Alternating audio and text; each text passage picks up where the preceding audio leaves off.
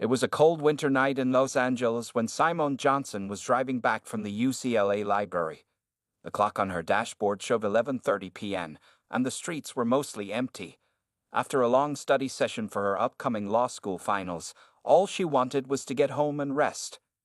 The streetlights cast long shadows on the road as she carefully maintained the speed limit, knowing that late-night drives often attracted extra police attention. Her black BMW, a graduation gift from her father, Dwayne "The Rock" Johnson, purred smoothly as she navigated through the quiet streets of Beverly Hills. Simone had always been a careful driver, especially being the daughter of a famous celebrity. She knew that everything she did could potentially end up in the news. As she stopped at a red light, she checked her rearview mirror and noticed a police cruiser 2 cars behind her. She didn't think much of it, knowing she had done nothing wrong. The light turned green, and she proceeded normally. However, after making a right turn onto Sunset Boulevard, she noticed the police car's lights flashing behind her. Her heart started beating faster, not from guilt, but from experience. As a young black woman, she had heard too many stories from friends about routine stops gone wrong. Following protocol, Simone turned on her interior lights, kept her hands visible on the steering wheel, and pulled over to the side of the road. She could see the police officer approaching through her side mirror, a tall, white man who looked to be in his mid-40s, with a stern expression on his face. Officer James Barrett tapped on her window with his flashlight, harder than necessary. Someone pressed the button to lower her window, maintaining her calm despite the officer's aggressive demeanor. "License and registration," Barrett demanded, not bothering with any greeting or explanation for the stop. "May I ask why I'm being pulled over, officer?" Simone asked politely, reaching slowly for her documents in the glove compartment. Barrett's face hardened. "You made an illegal turn back there. Don't question my authority, just hand over your documents." Simone knew she hadn't made any illegal turn. She had driven this route hundreds of times and knew every traffic sign by heart. Still, she remained professional, remembering her father's advice about staying calm in tense situations. "Here you go, officer," she said, handing over her license and registration. Barrett snatched them from her hand, his eyes narrowing as he read her name. "Johnson, huh?" he said, his tone changing. "Daddy's money buy you this fancy car." Simone felt her face flush with anger, but she kept her voice steady. "My father worked hard for everything he has, officer. And I'm working hard too. I'm a law student at UCLA. "Listen here, missy," Barrett sneered, leaning closer to the window. "I don't care who your daddy is or what school you go to. You people always think you're above the law." The racial undertone in his voice was unmistakable. Simone discreetly pressed the record button on her phone, which was sitting in her cup holder. Her hands were shaking slightly, but her voice remained firm. "Officer Barrett," she said, reading his nameplate, "I've done nothing wrong. If you're going to issue a citation, please do so. Otherwise, I'd like to continue my drive home." This seemed to anger Barrett further. "Step out of the vehicle," he commanded, his hand moving to rest on his holster. Simone's heart was pounding now, but she knew her rights. "I don't consent to leaving my vehicle without probable cause, officer. Please tell me what law I've broken." Other cars were passing by slowly, some drivers noticing the tension of the scene. A few had started to slow down, their passengers holding up phones to record what was happening. "I said, step out of the vehicle," Barrett shouted, his face red with anger. He reached for her door handle, but it was locked.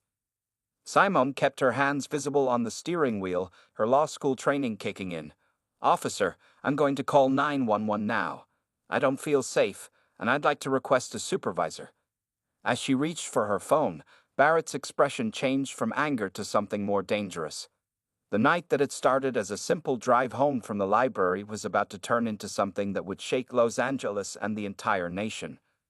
The street lights continued to cast their glow on the scene, and somewhere in the distance, a siren wailed. Neither Simone nor Officer Barrett knew it yet, but their lives were about to change forever. To be continued in Part 2. Officer Barrett's face twisted with rage as Simone reached for her phone. In one swift motion, he drew his baton and slammed it against her car window, causing her to jump back in shock. The sound echoed through the quiet street, drawing more attention from passing vehicles. "I said get out," Barrett roared, trying to force her door open. Simon's hands trembled as she dialed 911, pressing the speaker button so everything would be recorded. 911, what's your emergency? The dispatcher's voice came through clearly. This is Dwayne Johnson. I'm being harassed by Officer Barrett on Sunset Boulevard near Beverly Drive. He's trying to force me out of my car without cause, and I fear for my safety. Please send help immediately. Barrett's face turned an even deeper shade of red when he heard her making the call. You think you're smart? You think your fancy law school education means anything out here on these streets? More cars had stopped now, creating a small crowd of witnesses. Several people had their phones out, recording the escalating situation. Through her rearview mirror, someone could see at least 5 people filming, which gave her a small sense of security. Officer, everything you're doing is being recorded, Simone said, trying to keep her voice steady. Please step back and wait for your supervisor. Instead of backing off, Barrett pulled out his pepper spray. Last warning.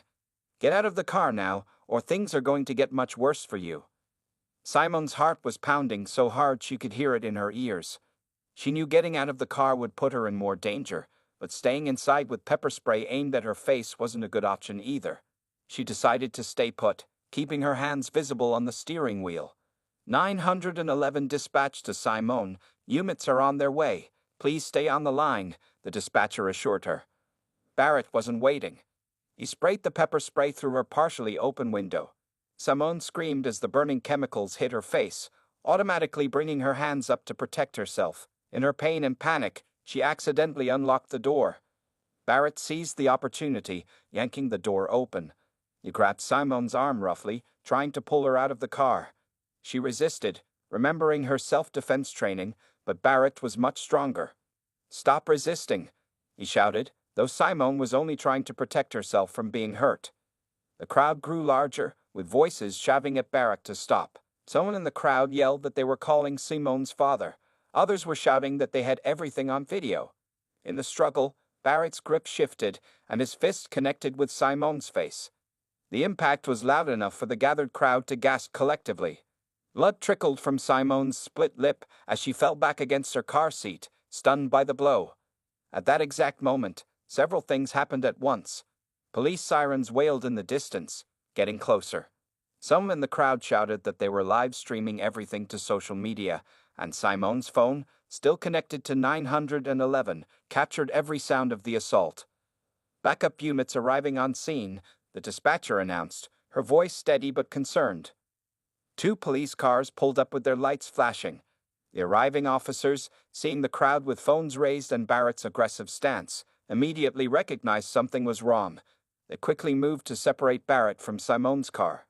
Stand down, Barrett, ordered Sergeant Maria Rodriguez, the first responding officer. Step away from the vehicle now. Barrett finally backed away, his chest heaving with anger. Sergeant Rodriguez approached Simone's car carefully, noting the young woman's condition and the pepper spray residue in the air. Miss Johnson, are you all right? Rodriguez asked, her voice full of concern. Medical assistance is on the way. Simone could barely see through her tears and the pepper spray, but she managed to nod. Her phone was still recording everything, the 911 operator still listening. As paramedics arrived to treat Simone, news vans began appearing at the scene. The videos taken by bystanders were already spreading across social media like wildfire. Hashtags were trending, and the incident was quickly becoming national news. In his home just 20 minutes away, Dwayne Johnson received multiple calls about what had happened to his daughter. His reaction would set in motion a chain of events that would change not just Barrett's life, but the entire Los Angeles Police Department. To be continued in Part 3. Dwayne Johnson was in his home gym when his phone started buzzing nonstop. The first call he ignored, focused on his late-night workout. But when 5 calls came in rapid succession, including one from Simone's emergency contact number, this paternal instinct kicked in immediately. What happened to my daughter? He demanded, answering the latest call. His massive hands gripped the phone tightly as he listened to the rushed explanation from Simone's friend who had seen the live stream.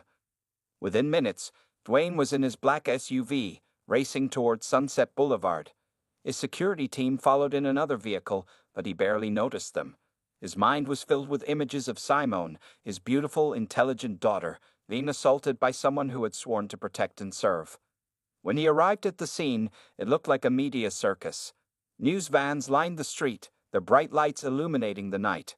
A crowd of onlookers had gathered behind police tape, and smartphones were pointed in every direction. But Dwayne only had eyes for the ambulance where paramedics were treating his daughter. "Daddy," Simone called out when she saw him approaching. Her face was red and swollen from the pepper spray, and her lip was split where Barrett had struck her. The sight of his daughter's injuries made Dwayne's blood boil, but he maintained his composure. "I'm here, baby girl," he said softly, gently holding her hand as the paramedics continued their work. "Tell me everything." While Simone recounted the events, Sergeant Rodriguez approached them.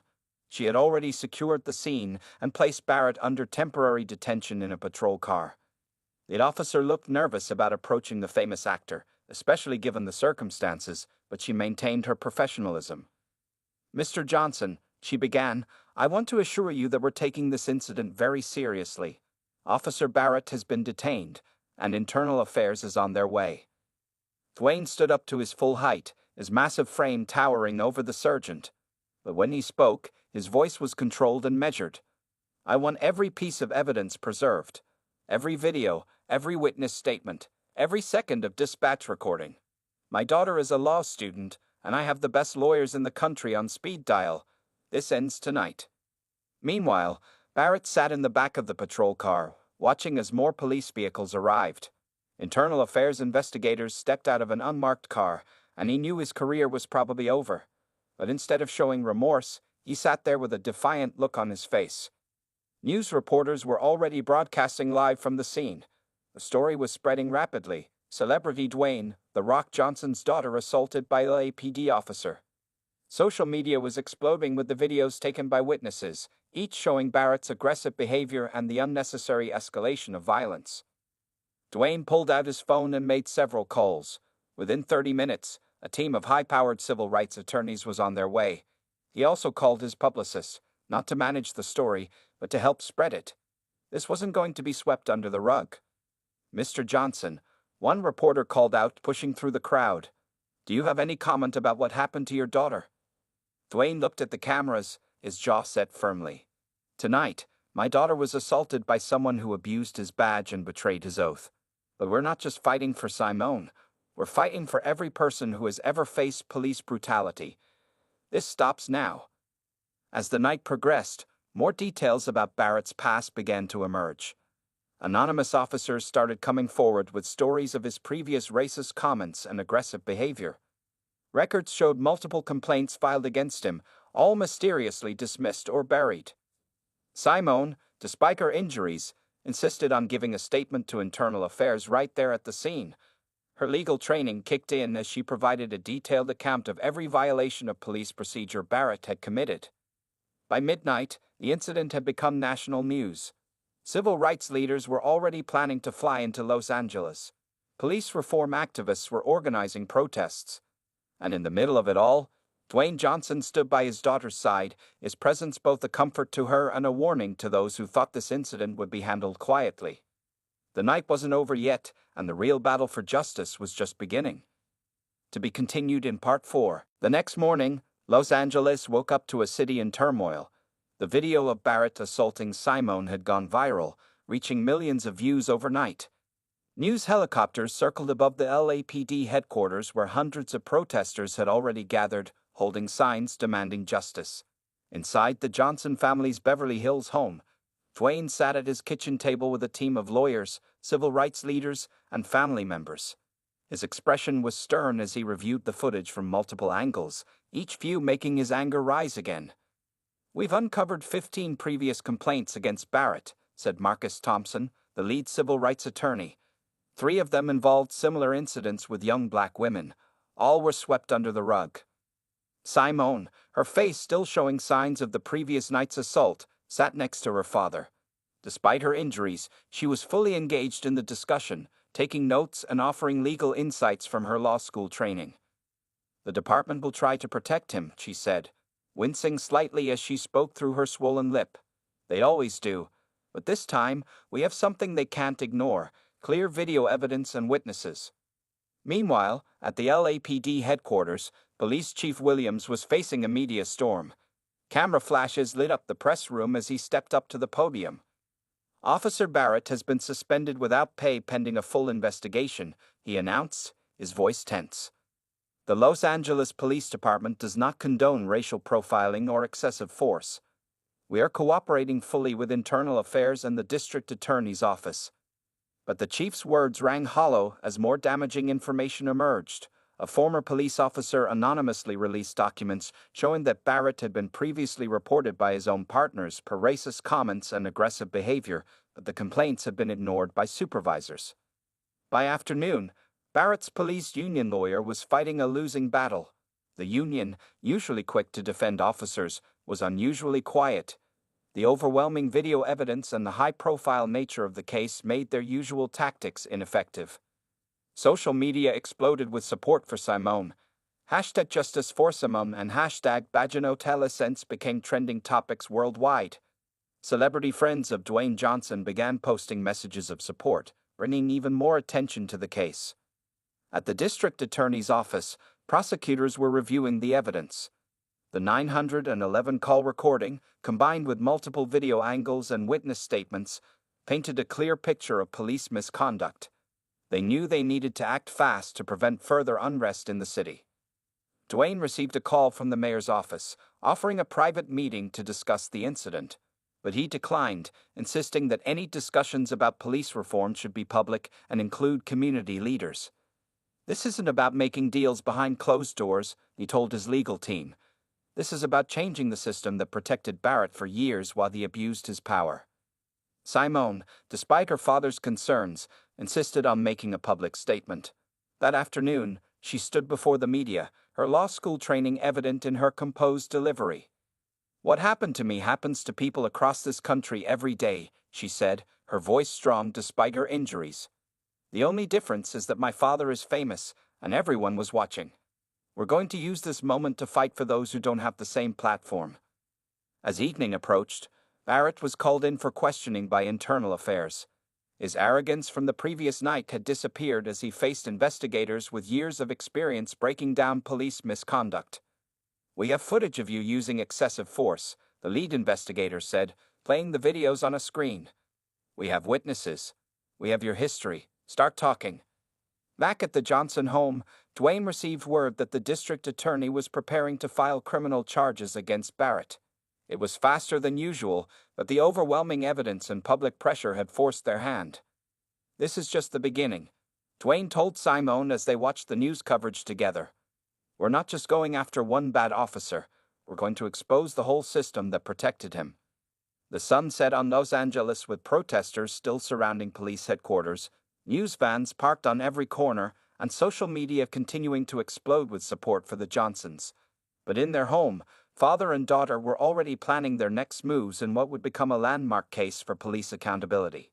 To be continued in Part 5. 3 days after the incident, the Los Angeles District Attorney's Office held a press conference that shook the city.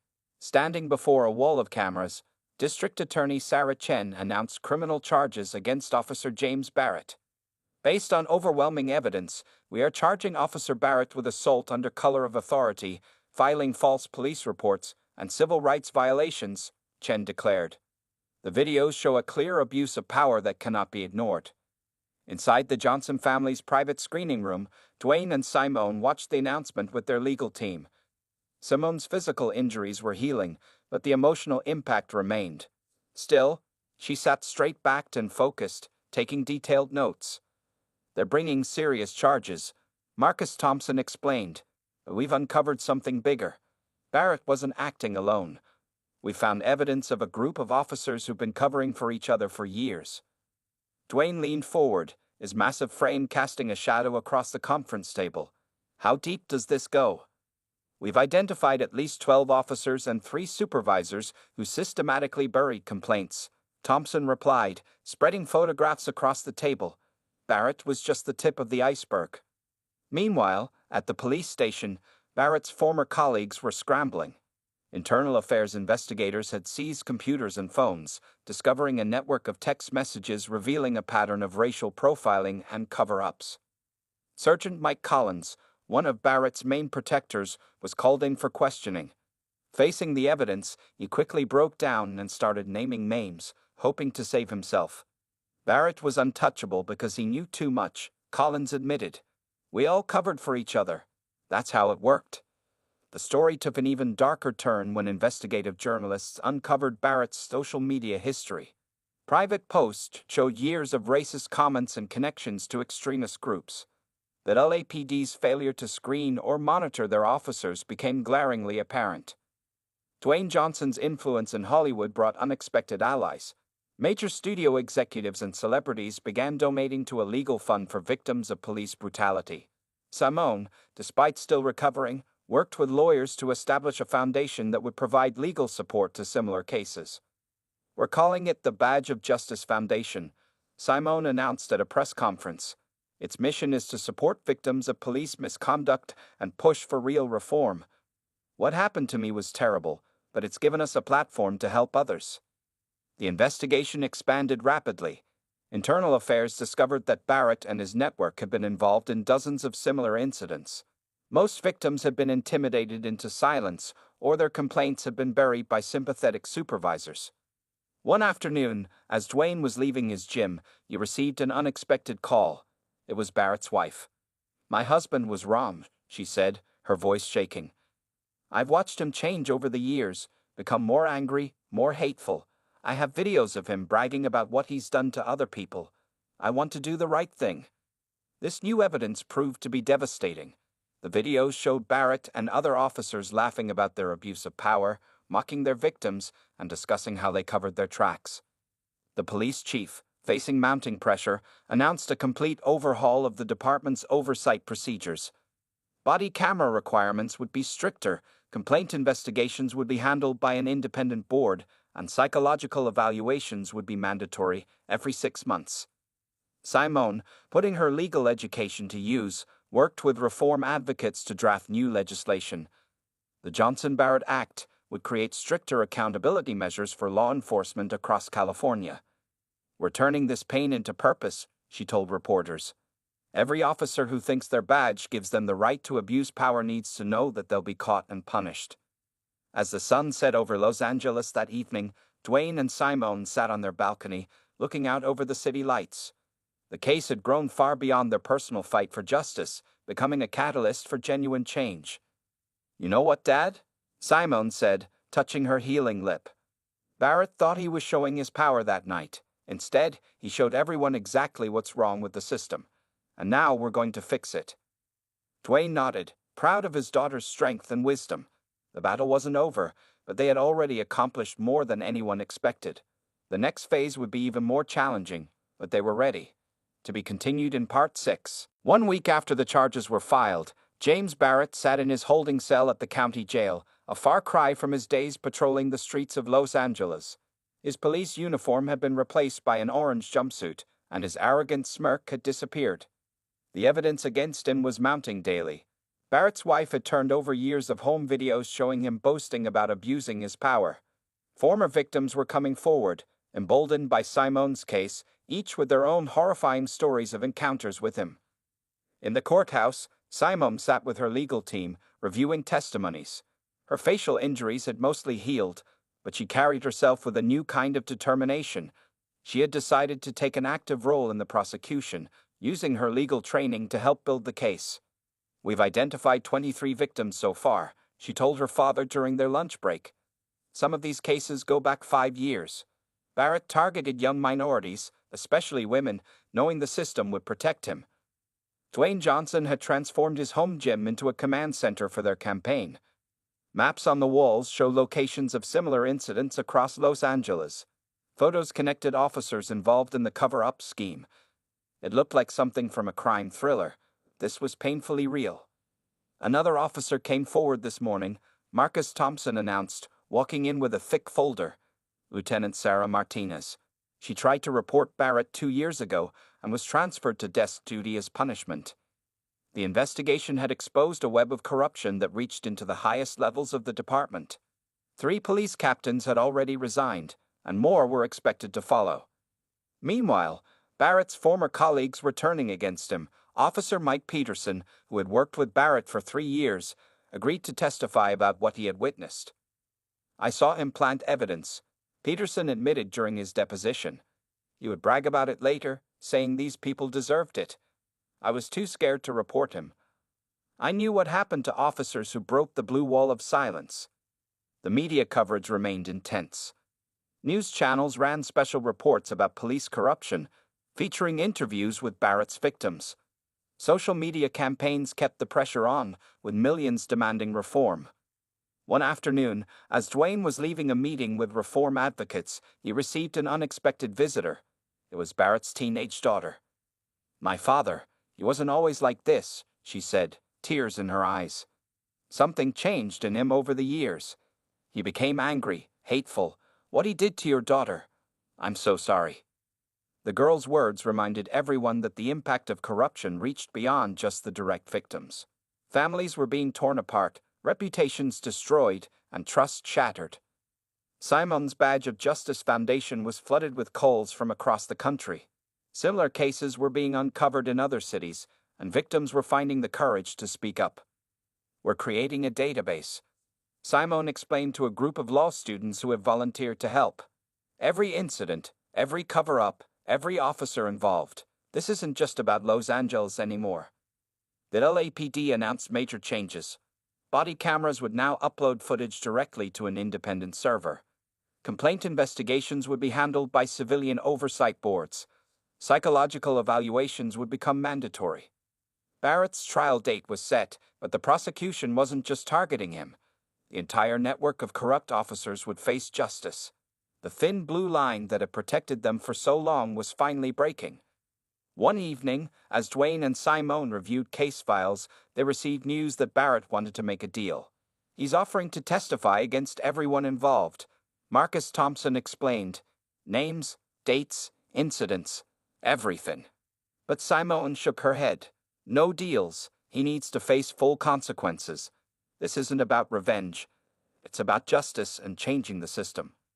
The sunset cast long shadows through the windows as father and daughter discussed their next steps. The case had become bigger than either of them had imagined, but they were committed to seeing it through. "You know what, Dad?" Simon said, looking at the wall of evidence they had collected. "Barrett thought he was untouchable because of his badge. Now that badge is going to help us change everything." Phase 1 of their fight was nearly complete. Barrett would face justice, but the bigger battle, reforming the entire system, was just beginning. To be continued in Part 7. The day of Barrett's trial arrived with intense media coverage. News vans lined the courthouse steps, and protesters gathered with signs demanding justice. Inside, the courtroom was packed as Barrett, now thinner and pale from his time in jail, sat at the defendant's table. Simon took the witness stand first. Her voice remained steady as she recounted that night, describing every detail of Barrett's assault. The jury watched intently as video evidence played on screens, showing multiple angles of the incident. "He didn't just attack me," Simon testified. "He attacked the very principles of justice he swore to uphold. And he did this knowing he had protection from others within the system." Throughout her testimony, Dwayne sat in the front row, his massive frame tense with controlled emotion. He watched as his daughter transformed her trauma into a powerful statement against police brutality. Barrett's former partner, Officer Rodriguez, testified next. Barrett had a routine, he revealed. He targeted specific types of people, knowing complaints wouldn't stick. The system was rigged to protect officers like him. During the lunch break, Dwayne received a call from the governor's office. The Johnson-Barrett Act, drafted by Simon and her legal team, was gaining support in the state legislature. It would create the strongest police accountability measures in the country. "Your daughter's case has become a turning point," the governor's aide explained. "We have bipartisan support for reform now. People want change." Back in court, the prosecution presented Barrett's history of misconduct. Text messages, videos, and testimony from his wife painted a picture of a man who had abused his power systematically over years. Barrett's defense team tried to paint him as a stressed officer who made a mistake, but the evidence was overwhelming. His own text messages bragging about targeting minorities were particularly damaging. During a tense moment, Barrett finally cracked. Standing up suddenly, he shouted at Simon, You people think you're so special. You deserve what you got." The outburst shocked the courtroom. The judge immediately called for order, but the damage was done. Barrett had revealed his true nature in front of the jury. Outside the courthouse, Simon's Badge of Justice Foundation had set up a support center for other victims of police brutality. People lined up to share their stories, many speaking out for the first time. "Your courage gave us strength," one young woman told Simone during a break. "After seeing you stand up to Barrett, I knew I had to tell my story too." The trial lasted 2 weeks. Evidence mounted daily as more officers came forward, breaking the code of silence. The corruption network that had protected Barrett for years was finally exposed. On the day of closing arguments, the courthouse was packed. Dwayne sat with his arm around Simone as they listened to the prosecutor's final words. "This case isn't just about one night or one officer," the prosecutor declared. "It's about a system that allowed corruption to flourish, a system that needs to change." Barrett's lawyer tried to argue for leniency, but his client's outburst and the mountain of evidence made it a hopeless task. The jury took only 4 hours to reach their verdict. As they filed back into the courtroom, Simone gripped her father's hand tightly. "In the case of the People versus James Barrett, on the charge of assault under color of authority, we find the defendant guilty." The verdicts continued, guilty on all counts. Barrett's face turned ashen as he realized his career and freedom were over. But the impact of the case reached far beyond one guilty verdict. The exposure of systemic corruption had sparked real change. The police department was being reformed, new laws were being passed, and victims were finding their voices. That evening, Dwayne and Simone held a press conference on the courthouse steps. Surrounded by supporters and other victims, they announced new initiatives by their foundation. "Today's verdict is just the beginning," Simone declared. "We're going to continue fighting until every police department in this country understands that a badge is a symbol of trust, not a license for abuse." As the sun set over Los Angeles, father and daughter stood together, their fight for justice transforming into a nationwide movement for change. Barrett's attempt to intimidate one young woman had instead sparked a revolution in police accountability. To be continued in Part 8. 1 year after Barrett's conviction, Dwayne and Simone Johnson stood together at the governor's mansion in Sacramento. They were there to witness the signing of the Johnson-Barrett Act, a comprehensive police reform bill that would change law enforcement across California. Barrett himself sat in a state prison cell, serving a 15-year sentence. His case had triggered a domino effect. 12 other officers had been convicted, 3 police captains were facing corruption charges, and dozens more had resigned under investigation. "This law wouldn't exist without Simone's courage," the governor announced before signing. She turned a moment of injustice into a movement for change. Simone, now in her final year of law school, had become a powerful voice for police reform. Her Badge of Justice Foundation had helped hundreds of victims and pushed for changes in police departments across the country. "When Barrett assaulted me that night, he thought he was showing his power," Simone addressed the crowd. Instead, he revealed the weakness in a system that protected bad officers. "Today, we're fixing that system." The new law required immediate suspension of officers involved in misconduct, created an independent review board for complaints, and established mandatory psychological evaluations. Most importantly, it broke down the blue wall of silence by protecting officers who reported misconduct. Dwayne watched proudly as his daughter spoke. The incident that could have broken her had instead made her stronger. She was already being called the people's lawyer by the media. Back in Los Angeles, the police department had undergone a complete transformation.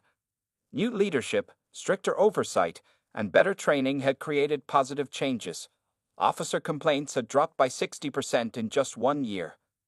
At the prison, Barrett had written a letter requesting to meet with Simone. She considered it carefully before agreeing, knowing this could bring final closure.